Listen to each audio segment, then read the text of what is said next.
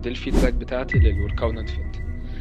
اول حاجه انا عايز اقولها، واي حد هيشترك معاه اونلاين باذن الله ولاحظها موجوده فيه، ان هو كل الدايت بلان والورك اوت بلان اللي مكتوبه ليك مكتوبه على حسب احتياج جسمك. كلها كلام علمي 100%، بيديك معلومات هتفيدك لدلوقتي وهتفيدك لبعدين، ان انت تاخد اكبر كم معلومات من الرياضه وعن النظام الغذائي.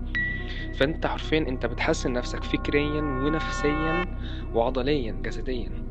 فانت بتاخد كل السيرفيس اللي انت محتاجها منه. ده غير طبعا ان انت اصلا بتبعت الرساله من هنا، حرفيا ما بيعداش اكتر من بالميت 5 دقايق يكون ردوا عليك، وردوا عليك على قد اللي انت عايزه. عاوزت معلومه كمان تلاقيهم كلهم معاك في اي وقت.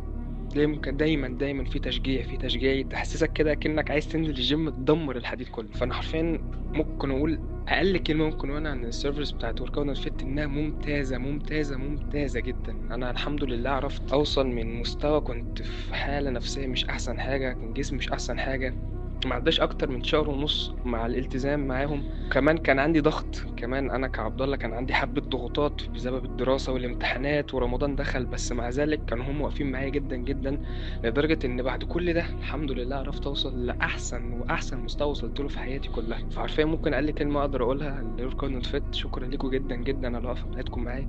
شكرا لكم على التحسن الكبير ان انا وصلته بسببكم. كل سنة وانتم طيبين.